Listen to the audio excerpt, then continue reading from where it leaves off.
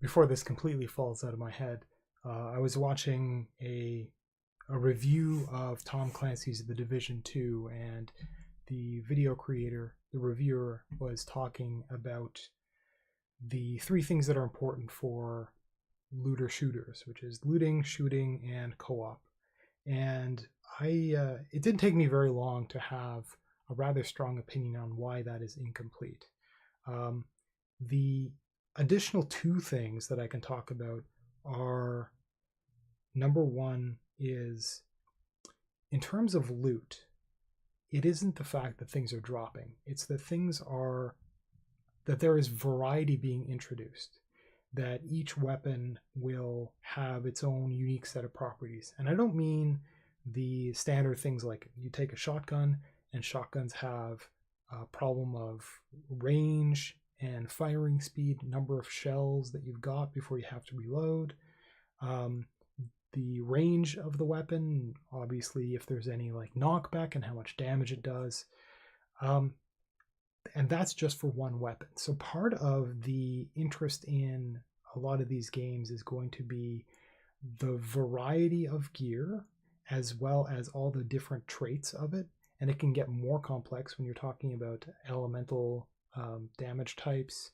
If you're talking about value versus armor or shields or something like that, if there's some sort of advantage in terms of, well, this weapon is good for critting in certain kinds of circumstances versus whatever, if it's area of effect or not, and how large that is, there are trade-offs.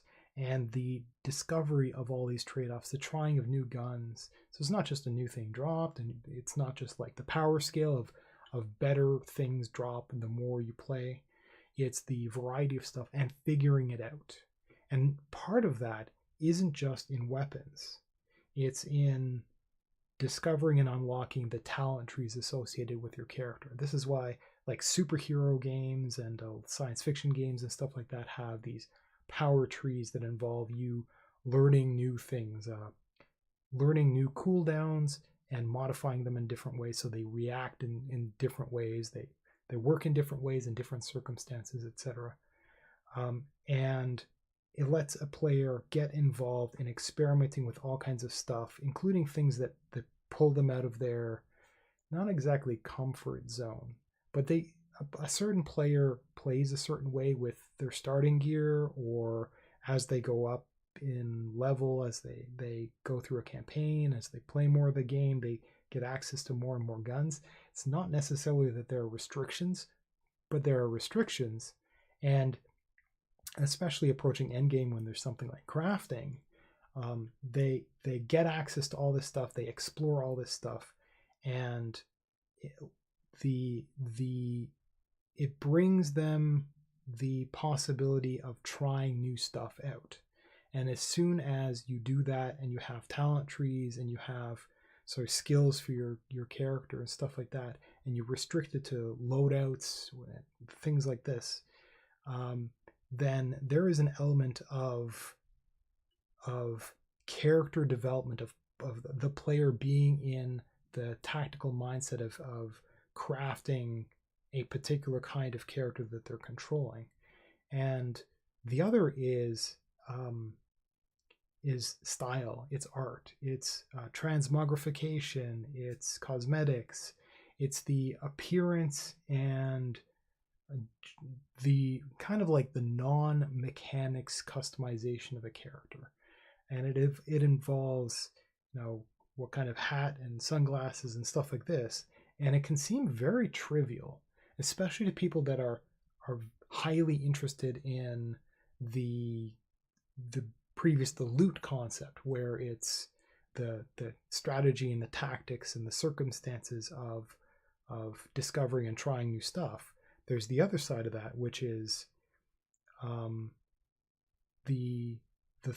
the theme of equipment, the style, the colors, the rarity of certain things, the exclusivity of wearing certain combinations. It can include things like emotes or dances and stuff like that, which can be only attained through certain achievements in the game. And these things are attractants in a game that pull a person in. They can be presented only as rewards for certain challenges or for playing certain content or just by finishing the campaign, which is optional in some games, like something like Destiny 2. You can play a lot of the game and not actually finish that campaign, but you have to do certain things in order to unlock certain end game zones and stuff like that. But you can actually play a lot of the game. You can get access to a lot of the loot and a lot of the skills and stuff like that. Yeah, so the looter shooter co-op thing, I think, is incomplete. I think it's really 5 things: looter shooter co-op, character building, let's say call it character strategy, or maybe gear strategy, and then appearance. And I think all of these things are highly involving in terms of taking a game from being a single player experience and pulling it forward into something that's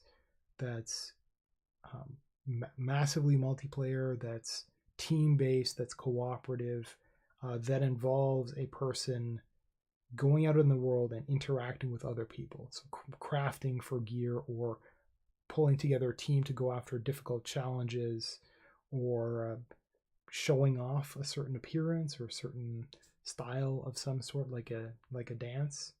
I think that a lot of games are going to have these things in mind if they want to vie for the entertainment as a service concept. And the entertainment as a service concept is something that I can rant about in another video, but hopefully I've made my point that there's a set of things that is not just this simple concept that the video I was watching talked about.